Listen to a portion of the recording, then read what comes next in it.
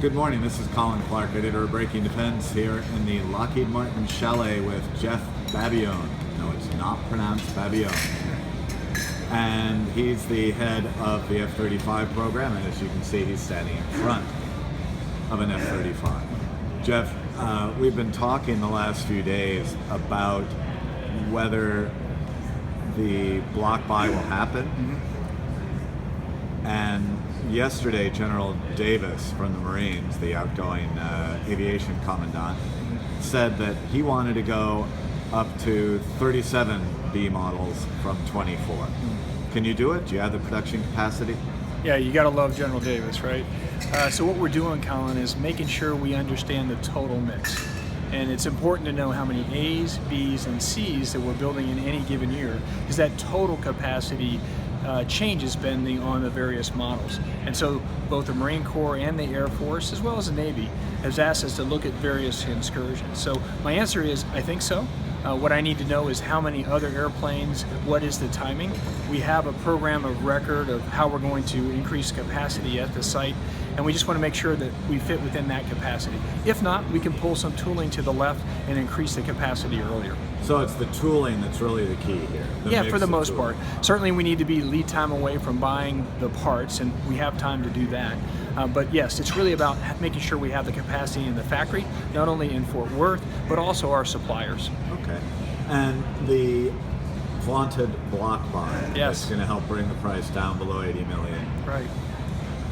So you need some advanced procurement to do this, is that correct? That's what the JPO's indicated? Yeah, so we're working with the JPO to understand how do we best execute this? Is there a way to aggregate the order in such a way that we gain the greatest economic advantage by aggregating that buy? And I think we worked in a very collaborative way to take advantage of what the partners have already brought and what we think the U.S. services may eventually be authorized to bring in future budgets. Okay, and let's get very soft here.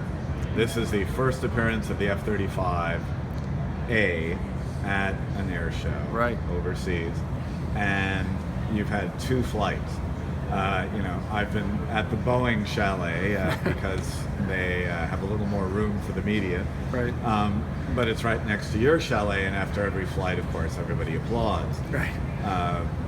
What have you actually been hearing from customers and foreign service members after they've seen the flights? It's a single word: amazing.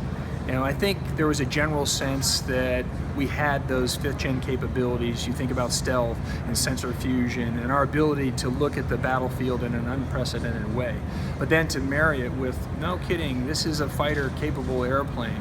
The high G maneuvering, the incredible square corners that Billy demonstrated really brings it all together as a package. And whether you call it the I believe button or whatever, I think they really understand this airplane's real, it's capable, it's the best fighter in the world. Thank you very much. All right, Colin.